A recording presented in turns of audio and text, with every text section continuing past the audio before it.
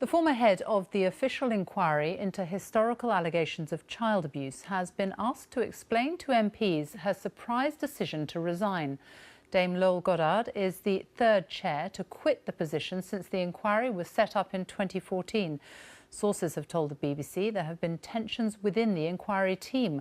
Our Home Affairs correspondent Tom Simons has this report. No one expected it. She'd moved to Britain to do this job. Surely this inquiry couldn't lose another chair, but it has. At this London hotel today, she was supposed to meet victims and survivors of abuse. Instead, they faced officials and demanded assurances the inquiry would continue.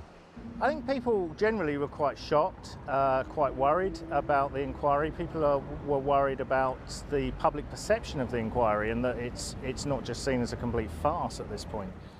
In general, many were reassured, but the resignation was not explained. So why did she go? One source said there was tension between the judge and her officials. Another described it as conflict. A third has told us in the past that she is difficult to work with. Yet somebody more sympathetic to her has said she simply didn't get the support and loyalty she needed to do this difficult job. She will bring a wealth of expertise to the role of chairman. 18 months ago, the then Home Secretary was sure she'd made the right appointment. But now the BBC's been told that within the inquiry, there have been growing concerns that she was not, in fact, up to the job.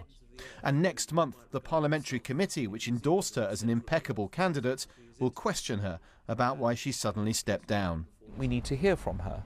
I don't think it is enough to resign and then to leave. I think that we in Parliament will want to share some of those thoughts with her because it's going to be vital for her successor as chair of the inquiry. And it's a huge inquiry. In effect, 13 public inquiries into possible abuse in high office, children's homes in Rochdale, Nottingham and Lambeth, the Anglican and Catholic churches, and individuals such as the late Labour peer Lord Janner. For some, this inquiry is just too big to succeed. We know that terrible crimes were committed and the police should investigate those crimes, but this inquiry, I think, should be more focused on the future. What are the policy changes, what are the legal changes that can protect children in the future? But one thing no one disagrees about, finding a replacement for Lowell Goddard will be daunting, because the job she's just given up is increasingly seen as a poisoned chalice. Tom Simons, BBC News.